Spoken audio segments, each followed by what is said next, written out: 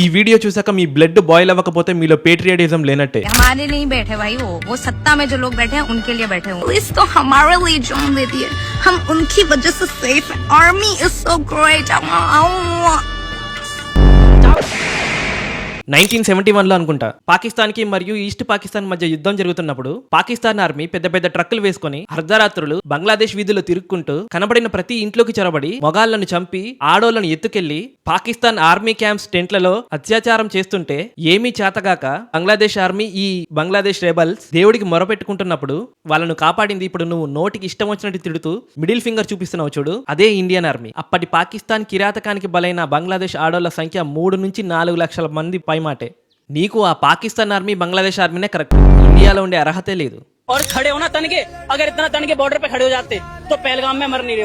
వీడు అంటున్నాడు ఇక్కడ నించున్నట్టు పహల్గామ్ లో నించుని ఉంటే అక్కడ ఉగ్రదాడులు జరిగేవి కాదు కదా అని.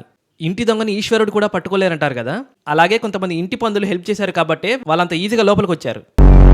बकिंगम पैलेस पर जो जवान खड़े रहते हैं ना एकदम स्ट्रेट, कुछ एक्सप्रेशन नहीं देते, वैसे हो गए आप लोग.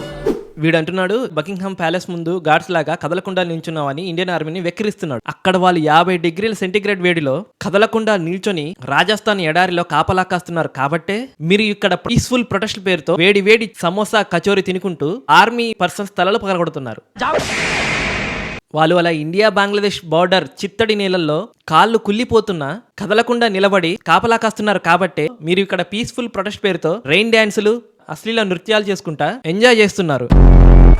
వాళ్ళు అలా -30 డిగ్రీ సెంటీగ్రేడ్ గడ్డగట్టే చలిలో కదలకుండా నిల్చొని కాపలా కాస్తున్నారు కాబట్టే ఈ డెమోక్రటిక్ కంట్రీలో స్వేచ్ఛాగాలిని పీల్చుకుంటూ ఫ్రీడమ్ ఆఫ్ స్పీచ్ పేరుతో ఇండియన్ ప్రైమ్ మినిస్టర్ ని నోటికొచ్చినట్టు తిడుతున్నారు.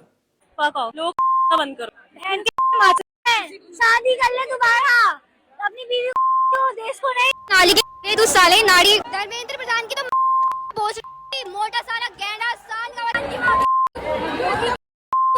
బా ఈ అర్ధరాత్రులు టార్చ్ లైట్ పట్టుకుని రోడ్ సైడ్ నిల్చొని 100-200కి ఒళ్ళు కూడా ఇంత నీచంగా మాట్లాడరు. వీళ్ళు మనం ఇండియాకు కాబోయే ఫ్యూచర్ ఇంజనీర్లు, డాక్టర్లు, రాజకీయ నాయకులు.